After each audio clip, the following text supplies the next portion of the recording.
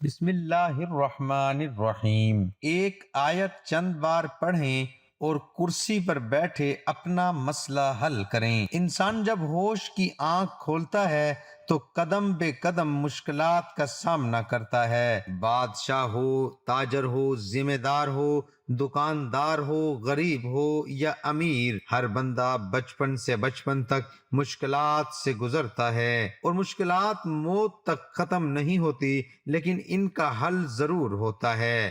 بادشاہ مالی طور پر پریشان نہیں ہوتے، لیکن کوئی بادشاہ ایسا موجود نہیں جو کہ ذہنی الجھنوں کا شکار نہ ہو۔ غریب ذہنی الجھنوں کا شکار نہیں لیکن مال کے اعتبار سے تنگ دست ہے۔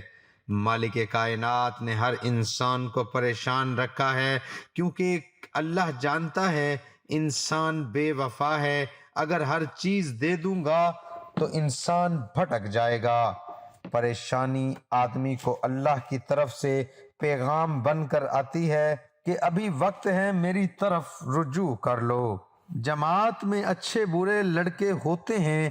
چند لڑکوں نے کچھ عرصے سے خوب ناک میں دم کیا ہوا تھا، پریشان تھا، سہتا رہا، معاف کرتا رہا، یہاں تک ایک ہفتے سے زیادہ گزر گیا، لیکن وہ شریر انسان باز نہ آئے تو اللہ نے ذہن میں ڈالا کہ تو خدا کی طرف سے رجوع کر، تیرا کام ہو جائے گا۔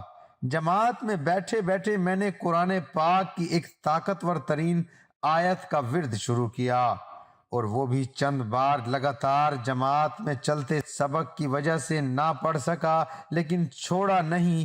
اگلے دن آیا تو وہ جوان کو پریشان کرنے لگے، لیکن جوان کو یقین تھا کہ اس آیت کی برکت سے تیرا کام ہو جائے گا۔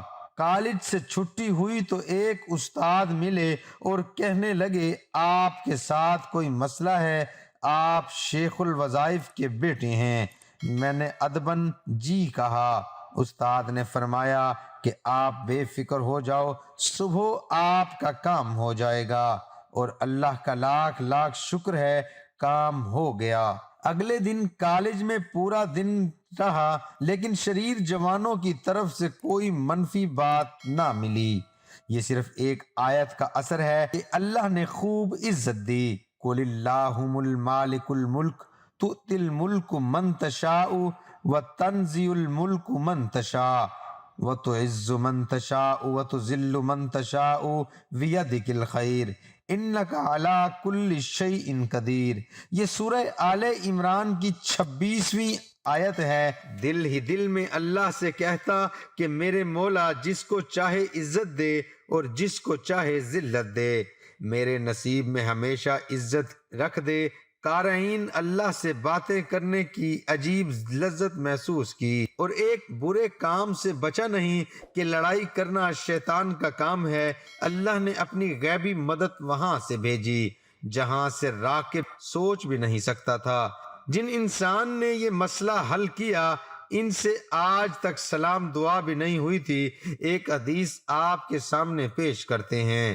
حضرت عمر بن خطاب رضی اللہ عنہ نے کہا کہ نبی صلی اللہ علیہ وآلہ وسلم 5 باتوں سے اللہ کی پناہ مانگا کرتے تھے: بزدلی، بخیلی، انتہائی بڑھاپے اور لاچاری کی عمر سے، سینے کے فتنے سے، حسد کے کینہ سے، اور برے اخلاق و عقائد سے، اور عذاب قبر سے۔ حضرت ابو ہریرہ رضی اللہ عنہ سے مروی ہے کہ انہوں نے رسول اللہ صلی اللہ علیہ وآلہ وسلم یہ دعا فرمایا کرتے تھے: اللہم انی اعوذ بک من الشقاق والنفاق وسوء الاخلاق۔ اے اللہ، میں تیری پناہ چاہتا ہوں اس بات سے کہ حق کی مخالفت کروں یا منافقت اور بد اخلاق بنوں۔ حضرت انس رضی اللہ عنہ بیان کرتے ہیں کہ رسول اللہ صلی اللہ علیہ وآلہ وسلم لوگوں میں سب سے بڑھ کر عمدہ اخلاق کے مالک تھے۔